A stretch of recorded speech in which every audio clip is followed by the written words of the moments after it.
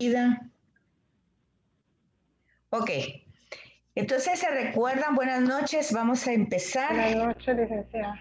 Buenas noches, vamos a empezar cabal en la hora. Estamos viendo los viajes de Pablo y estamos junto con Hechos de los Apóstoles, es donde se hace la narración, ¿verdad? O sea, de alguna manera en las cartas Pablo los menciona, pero Hechos de los Apóstoles pues lo va narrando, ¿verdad? Como que fuera una crónica, una historia.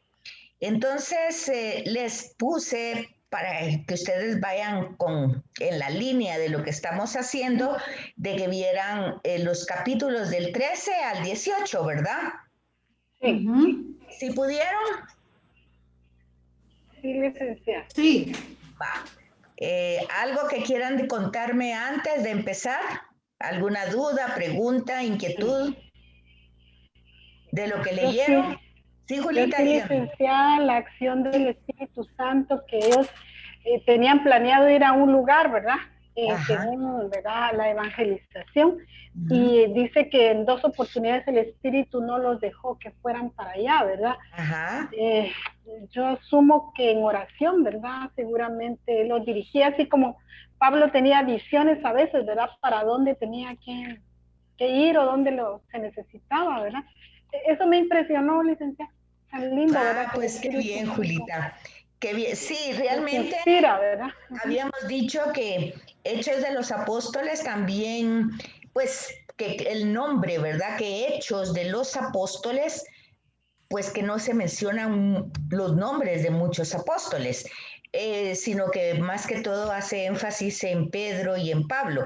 Pero lo que pasa es que a lo largo de toda la narración, pues personas que se van incorporando al movimiento y que van teniendo pues funciones de diáconos y luego ya se quedan pues como dirigentes de una comunidad y entonces se les da el nombre de apóstol. Pero también algo que se quiere hacer énfasis es el hecho de que se va a llamar, no es que así esté en el canon, el Evangelio del Espíritu Santo. ¿Por qué?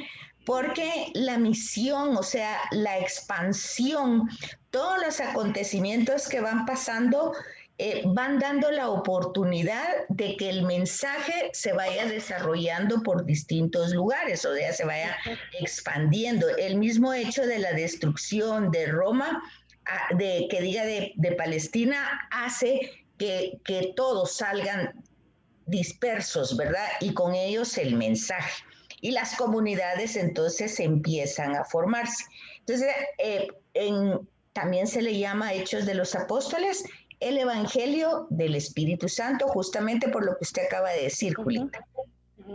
Sí, aquí digamos, lo dice muy claramente en el 13, justamente en el 13:4, enviados por el Espíritu Santo. Sí. Viajaron todos a Seleucia, donde va Chipre.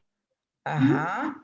Es muy bonito los mapas que nos puso en las otras clases, porque conforme van apareciendo las ciudades aquí, se va viendo por dónde pasaron. Sí, sí, aquí está Chipre, miren, en el primer viaje, aquí tiene todo, como decíamos, las flechitas le van indicando de dónde sale y hacia dónde se dirige y dónde, cómo regresa.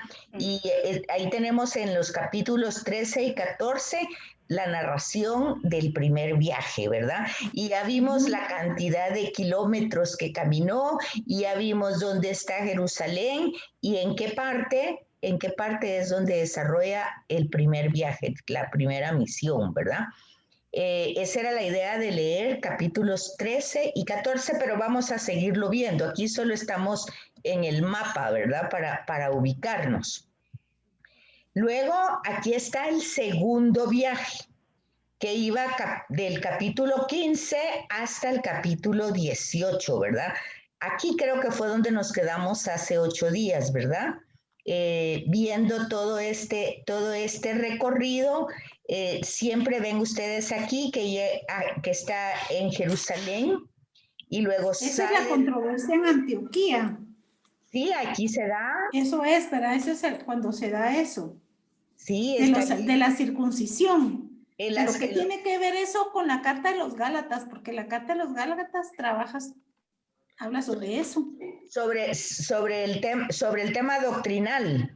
Lo que pasa es que en esos viajes, aquí, en Hechos de los Apóstoles, se narra el viaje y los conflictos que va teniendo, ¿verdad? Sobre todo porque está trabajando el área gentil, o sea, de los paganos. Entonces, se dan cuenta que aquí está Jerusalén, Cesarea, y que aquí está Samaria, y la salida va para acá, ¿verdad? Va toda esta parte de Chipre, Antioquía, Tarso, Pergue, Derbe, Lista. Eso decíamos hace 8 días, que son todos los nombres que aparecen de las personas que estaban en Jerusalén cuando fue la venida del Espíritu Santo, ¿se acuerdan?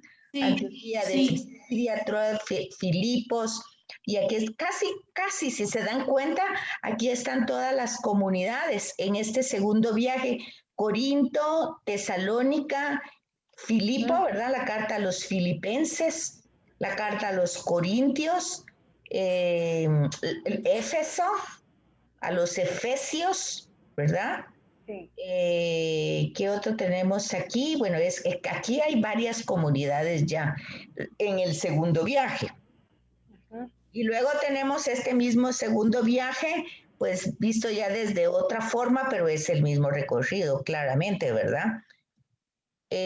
Luego está aquí el tercer viaje, y aquí ya llegamos hasta el capítulo 21, sin embargo todavía no vamos ahí, ¿verdad? Pero solo para que ustedes se den una idea. Entonces aquí sale de Antioquía,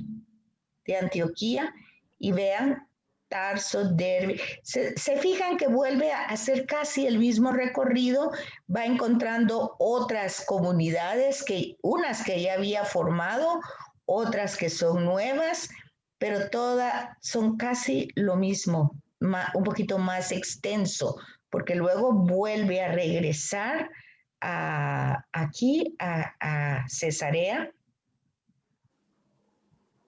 Bueno, eso es como para ubicarlo en el mapa, ¿verdad? Entonces ahora ya como para que ustedes se ubiquen cronológicamente, los mapas es para que ustedes se ubiquen geográficamente. Ahora cronológicamente. Vean entonces el primer viaje, dice año 45-49 después de Cristo. Y entonces aquí está la narración, ¿verdad? Que Juan Marcos, primo de Bernabé, les acompaña y les ayudaba en el ministerio. Estamos hablando de Marcos, ¿verdad? Del que después se va a decir que esta comunidad se escribe el Evangelio, ¿verdad? Sí. Entonces, ¿de dónde aparece él? Pues aparece aquí, en el primer viaje, Juan Marcos. Él iba como compañero con Pablo, ¿verdad? Y era familiar de Bernabé.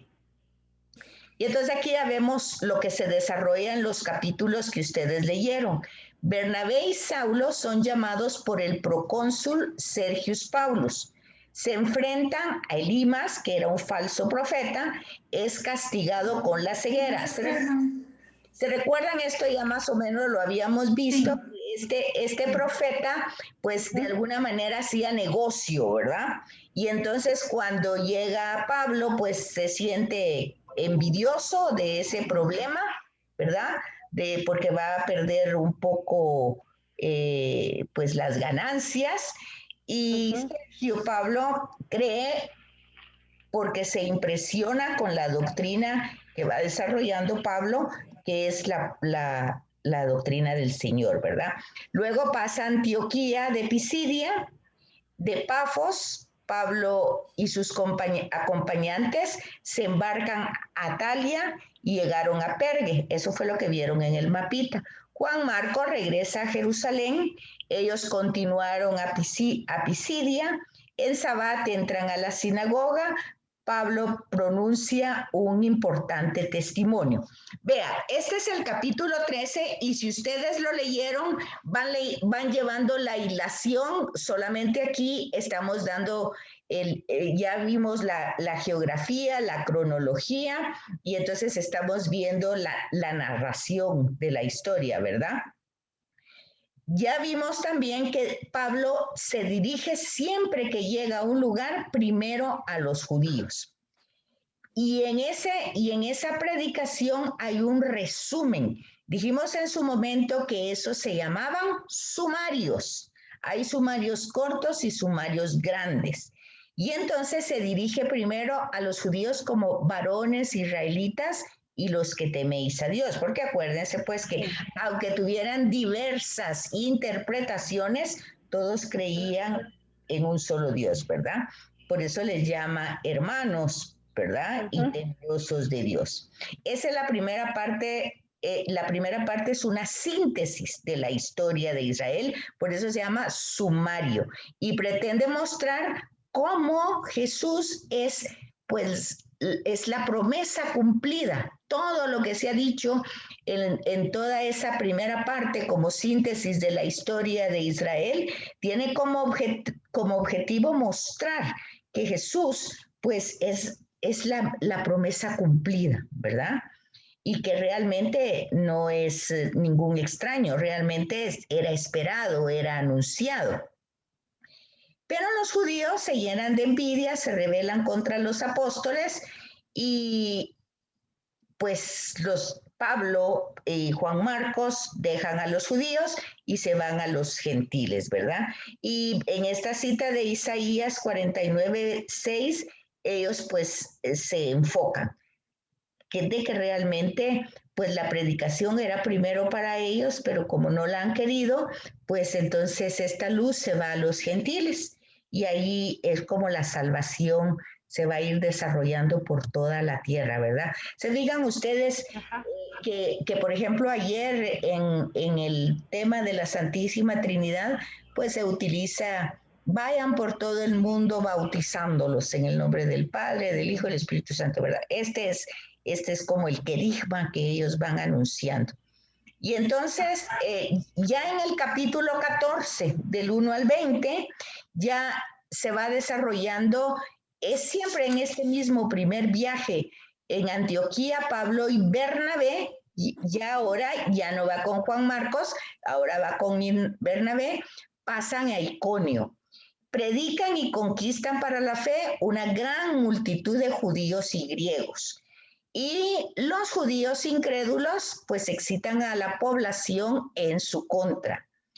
Fíjense que generalmente lo que ustedes van a encontrar en todo este Hechos de los Apóstoles, todos los problemas que tiene Pablo son suscitados por los judíos, ¿verdad? O sea, los gentiles reciben con más facilidad el mensaje, los judíos, como dice aquí, se llenan de envidia y entonces empiezan a hacer como motines, ¿verdad?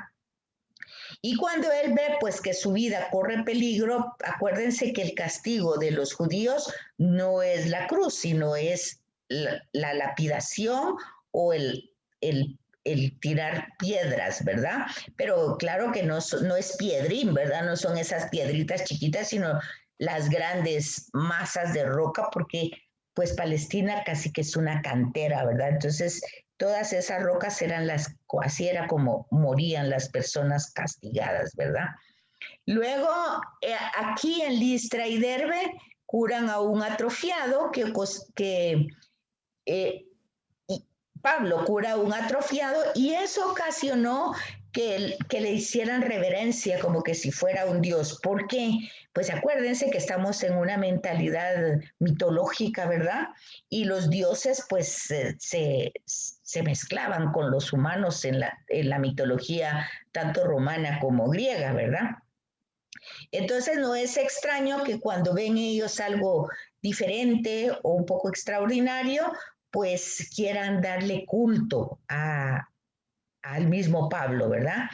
Pero Pablo toma esta oportunidad, otra característica que hay que tomar en cuenta, Pablo va tomando todas las oportunidades que tiene para enseñar, para presentar una doctrina, para llevar el mensaje de Jesús. Y entonces aquí él es donde empieza a hablarles a una mentalidad politeísta, empiezan a enseñarles un solo Dios, ¿verdad?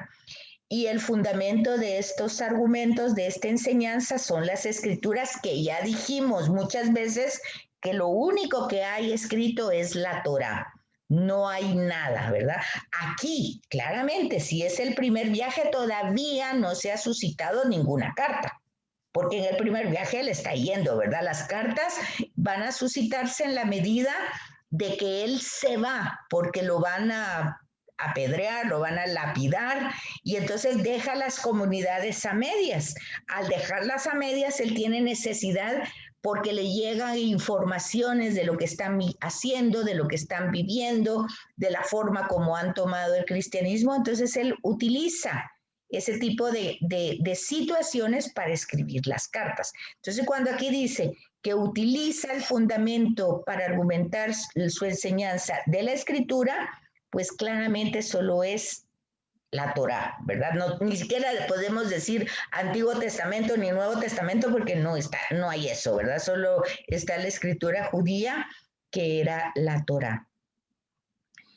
Luego, esta situación que podría ser una teodicea, o sea, creer que Él es un Dios y darle culto a Él, Él la utiliza. Pues era la mentalidad griega, y Él la utiliza para enseñar la doctrina, ¿verdad? Aquí ven ustedes que son las piedras, ¿verdad? No son piedrín, sino que y estas todavía están chiquitas, son mucho mayores. De hecho, las personas morían de eso, ¿verdad? Así termina esta primera misión, y el viaje de regreso tiene dos finalidades: confortar a los nuevos convertidos, organizar las comunidades. No es suficiente llevar la fe, hay que asegurar su perseverancia. Por eso van a encontrar ustedes que las cartas van a ser unas pastorales, por el hecho de asegurar que la fe se mantenga, ¿verdad? Que perseveren. Y otras son doctrinales. ¿Por qué? Porque está desarrollando una forma de vivir el cristianismo. Y entonces aquí tienen ustedes que para eso, como él no se queda ahí eternamente, sino que tiene que irse a causa de los judíos que no le permiten, sienten envidia, entonces se designan presbíteros. Lo que decíamos anteriormente, de eso la palabra hechos de los apóstoles, o sea, actas se llama en otro lugar, ¿verdad? O sea, ¿cómo es que van sucediendo los hechos? ¿Cómo van suscitándose apóstoles? Porque claramente aquí estos presbíteros pues van a ser ancianos encargados de cada comunidad. Acuérdense que la palabra iglesia quiere decir comunidad, ¿verdad? Asamblea, eclesía, viene del griego eclesía, que significa asamblea. Y la asamblea es una comunidad. Entonces, son los apóstoles quienes eligen y constituyen a estos presbíteros, o sea, a estos encargados. Ojo con esto, por favor, porque aquí es donde ustedes van viendo cómo se van desarrollando después los ministerios que tenemos hasta hoy. Vean que hoy a un sacerdote se le dice un presbítero. Pero son designados para el servicio, ¿verdad? Para el servicio de la comunidad, para que la comunidad se desarrolle, crezca, vaya aprendiendo, vaya conociendo su fe.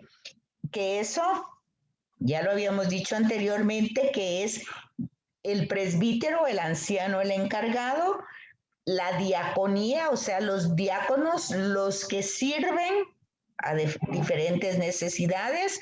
La coinonía es para mantenerlos en la unión. Y luego, pues, la liturgia, que a eso llevaba todo esto, a la celebración. ¿Y quiénes eran los que elegían? Pues los apóstoles, o sea, los Entonces, en este caso, Pablo, ¿verdad? Porque aquí no está ni Pedro, ni Santiago, ni Juan, está Pablo. Entonces ya Pablo, en la carta vamos a ver cómo él se designa apóstol. Aquí en Hechos de los Apóstoles, pues la narración va siendo diferente. Entonces volvemos otra vez a estos nombres que ustedes ya vieron, que si ven con las diapositivas anteriores, fue cómo se dio este viaje, cómo él fue primero con Juan Marcos, luego acompaña con Bernabé y luego los problemas que tiene en este primer viaje. Bueno, esto ya lo hemos visto varias veces. Y el segundo viaje, las intenciones de Lucas no son relatar todas las acciones, todos los hechos que hicieron, ya dijimos, ni siquiera aparecen todos los apóstoles, ¿verdad? La intención es contar mediante algunos acontecimientos cómo el evangelio pasó de Europa al corazón de Grecia, o sea, Atenas y Corinto, ¿verdad? Bueno, pero no solamente a Europa, ¿verdad? Porque pasa a Europa. Acuérdense que está en la parte de Jerusalén y pasa a Europa y luego a Grecia. Ese es como la finalidad. Y como en ese momento, ese es el mundo conocido en esa época, ¿verdad? Y entonces ya aquí ya entramos al capítulo 15 y entonces vemos a Pablo que invita a Bernabé a visitar las ciudades ya evangelizadas. Vean, este ya es un viaje pastoral. Ya no va a formar o a estructurar comunidades, sino ya están formadas y ahora las va a visitar. Bernabé quiere que los acompañe Juan Marcos, pero Pablo se resiste. Marcos ya los había abandonado en Panfilia. Aquí es donde algunos, pues, de alguna manera dicen hay ciertas roces, ¿verdad? Y entonces ya Marcos ya no va con ellos. Hubo tal tensión que los dos apóstoles se separaron, ¿verdad? Eso está narrado en Hechos 15. Marcos. Sí, tensiones entre Pablo y Marcos. Y entonces Bernabé quiere que Marcos vaya en este viaje pastoral, por decir así, pero Pablo no quiere, ¿verdad? Dios se vale, fíjense, este punto es importante. A veces las debilidades, las limitaciones humanas, pues nosotros los vemos como grandes problemas personales, ¿verdad?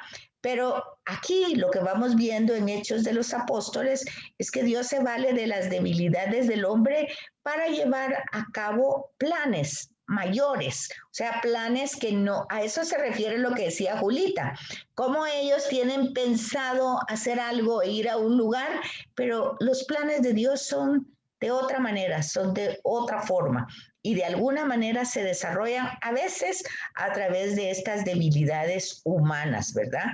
Bernabé y Pablo seguirán cada uno su camino y realizarán cada uno su misión. Bernabé tomó a Marcos y se dirigió a Chipre y Pablo eligió como compañero a Silas. ¿Qué significa esto entonces? Que aquí hubo desavenencias, hubo pues por cosas, carácter, temperamento, pero cada uno siguió la misión y eso era lo que importaba, ¿verdad?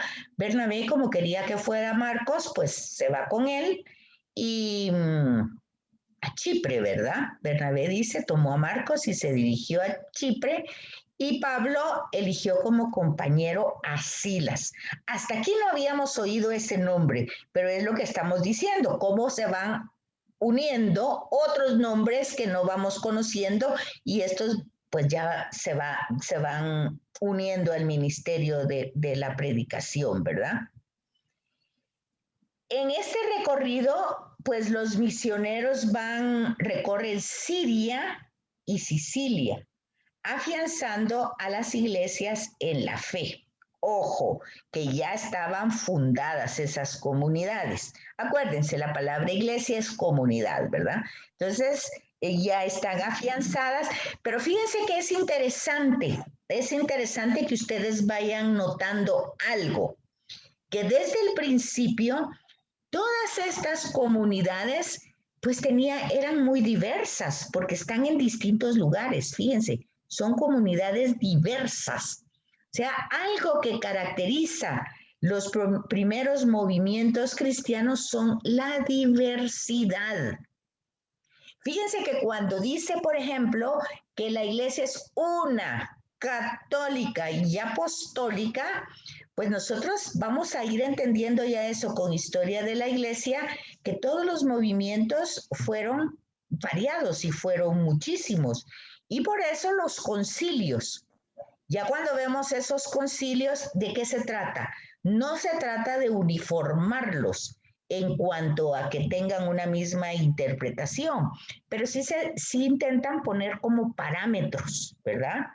De hasta dónde se puede vivir desde las costumbres, porque cada quien que pertenece a una comunidad diferente, de Siria, Sicilia, Chipre, Derbe, Listra, son lugares diferentes con costumbres diferentes. Si ustedes ven el mapa de Guatemala, la gente de Oriente no es igual a la gente de Occidente. Bueno, igual en cuanto que como seres humanos somos iguales todos, pero en cuanto a costumbres, en cuanto a cultura, en cuanto a dichos, en cuanto a interpretaciones, hay diversidad. Entonces vean que desde el principio hay mucha diversidad en estas comunidades. En Listra, Pablo conoce a Timoteo, otro nombre que va entrando, ¿se fijan? Hijo de Eunice, mujer judía y creyente, y de padre griego. Entonces, aquí va a salir el tema de los matrimonios mixtos. En este caso, esta mujer es judía y este señor esposo es griego. O sea, son dos culturas distintas, dos formas de entender su experiencia religiosa diversa, pero los dos se van a convertir al cristianismo. Entonces vean ustedes cómo va saliendo toda esta diversidad. Eso hoy se llama inculturización. O sea, el evangelio no tiene por qué mutilar la cultura, lo que hace es enriquecerla. Entonces Pablo lo lleva consigo ¿a quién? A Timoteo. Vea que hace, esto es en el segundo viaje, vea que hace tanta amistad, tanta relación con Timoteo, que tenemos una carta personal a Timoteo. ¿Sí? Sí, es cierto.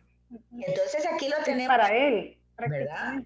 Y entonces aquí lo encontramos que lo conoció, dice, Pablo conoce a Timoteo, lo conoce en el segundo viaje, que es un viaje pastoral.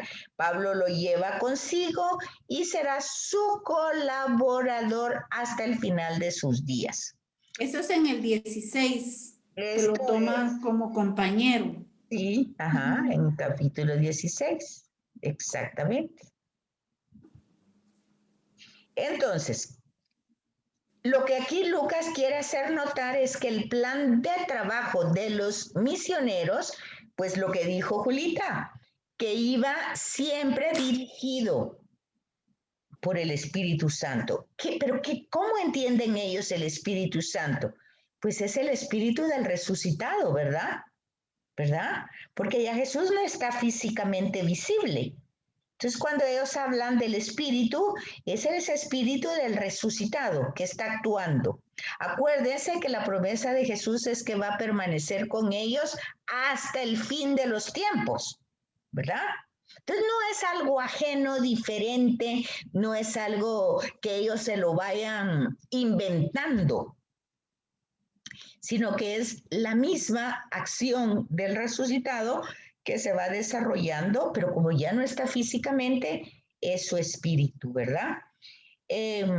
Cuando Pablo quiere dirigirse a Éfeso, nos dice que fue impedido por el espíritu, ¿verdad? O sea, por el mismo resucitado. Después de atravesar Frigia, toma el camino del norte al territorio de Gálata. Bueno, aquí vemos la otra carta a los Gálatas, que fueron la que ustedes ya leyeron, ¿verdad? Sí. Y el Espíritu, aquí está, mire, el Espíritu de Jesús no le permite dirigirse a Nicea ni a Nicomedia. O sea que el Espíritu Santo es el mismo resucitado, solo que ya no físicamente, ¿verdad? Otra forma de entenderlo que no está dicho aquí en Hechos de los Apóstoles, pero que es algo que nosotros podemos deducir, es que el Espíritu Santo es el amor entre el Padre y el Hijo, que mientras estaban separados, el Padre en la trascendencia y el Hijo, pues encarnado en la humanidad, en la inmanencia, pues ese hilo conductor, ese lazo que unía esa relación, es el Espíritu, ¿verdad? El Espíritu de Dios, el Espíritu Santo que llamamos nosotros, pues es la unión de esas dos realidades, de esas dos personas. Pero una vez Jesús regresa al Padre, pues su espíritu se queda entre nosotros, ¿verdad? Regresa al Padre, pero su espíritu está con nosotros. O sea, ya en otra parte vemos que no se va para dejarnos huérfanos. Entonces, este es lo que va narrando Hechos de los Apóstoles, ¿verdad? Después de atravesar Frigia, ahí habíamos leído eso, toma el camino del norte al territorio gálata. El Espíritu de Jesús no les permite dirigirse a Nicea ni a Nicomedia. Entonces, Lucas no dice de qué manera el Espíritu Santo manifiesta su voluntad. No dice la forma, no da una fórmula, ni una receta, ni un detalle, ¿verdad? Lo importante es insistir que la obra de evangelización no depende de las personas, de los apóstoles, de los que van a entrar. Esto solo se dispone, pero no depende de ellos. Ellos son disponibles a que la acción del resucitado se desarrolle en ellos, ¿verdad? Pero los resultados no dependen de ellos, sino es de la acción del mismo Espíritu Santo. Entonces, aquí están todos los nombres. Acuérdense que estamos en el segundo viaje. Misia, después de atravesar Misia, Pablo y Silas llegan a Troade. Ahí reciben una visión. Un macedonio está de pie suplicándole: pasa Macedonia y ayúdanos, ¿verdad? Entonces aquí es donde van a ir viendo ellos como la acción del Espíritu. Sabemos que Pablo era un carismático e iluminado con el don del discernimiento. Es decir, es exactamente lo mismo que pasa con Jesús y el Padre, ¿verdad? O sea, están totalmente ligados. Entonces el Espíritu del Padre está en Jesús, el Espíritu de Jesús está en el Padre, que es todo lo que va a desarrollar en el Evangelio de Juan. Entonces aquí es Pablo, pero el contacto, Pablo conocía a Yahvé en el Antiguo Testamento, pero ahora a partir de la conversión, de la experiencia con el resucitado, él conoce y está totalmente ligado al resucitado, que ya tuvo la experiencia, el encuentro personal con él.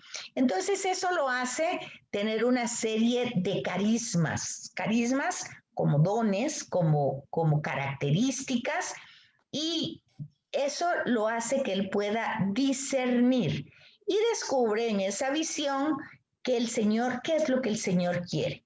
Y entonces Lucas escribe esto en primera persona, ¿verdad? O sea, cómo es exactamente que el Espíritu Santo le habla, ¿verdad? Cuando las personas hablan así en primera persona, me dijo, Dios me dijo, o el Espíritu Santo me dijo, o el resucitado, ya esa es una relación personal, ¿verdad? Lo que nos da a entender que en ese momento Lucas se le une en el viaje y acompaña a Pablo hasta Filipos. Quiere decir que cuando está Lucas narrando esta experiencia de Pablo, es como que él mismo fuera testigo. Entonces, al ser el testigo de este discernimiento y de este don que tiene Pablo, cuando lo está narrando Lucas, lo narra también como testigo ocular. Y esto también tiene otra característica en esta narración, que el misionero, bueno, cuando estamos hablando de misionero, no es que nos vayamos a ir al África, ¿verdad? Porque la misión está en nuestra casa, en nuestro trabajo, en nuestra familia, con nuestros amigos. Ya está claro que todos somos discípulos misioneros, ¿verdad? Entonces, en esta característica del discípulo misionero es que su misión se realiza porque es testigo. O sea, Pablo es testigo del resucitado porque tuvo una experiencia personal con él. Y ahora Lucas es testigo de Pablo, de cómo la acción de Pablo discierne al resucitado en su vida. ¿Sí me comprenden eso? O sea, licenciada. El discípulo misionero es discípulo, es misionero, pero porque es testigo. La razón por qué es discípulo y por qué es misionero no es porque, ay, a mí me gustaría ir, o a mí me gustaría, no. Él es primeramente es testigo. Pablo es misionero y es discípulo y es apóstol primero por su experiencia con el resucitado. Y ahora Lucas, que narra este hecho, él es testigo de lo que está pasando. Y luego Lucas pues también va a ser misionero y también va a ser discípulo, ¿verdad? Porque dice aquí, se les une en el viaje y acompaña a Pablo hasta Filipos. O sea, hasta el segundo viaje, Lucas entra. ¿Sí se fijan? Ya se va a terminar este minuto. Si tienen dudas, preguntas, y vuelven a entrar, por favor. No sé si tienen alguna pregunta ahorita. No, licenciada, ahí estamos bien. ¿Vamos bien? Ok. Entonces vean ustedes ¿qué manda? Yo le quería hacer referencia de que lo mismo que le pasaba a Pablo les pasa a muchos sacerdotes ahora,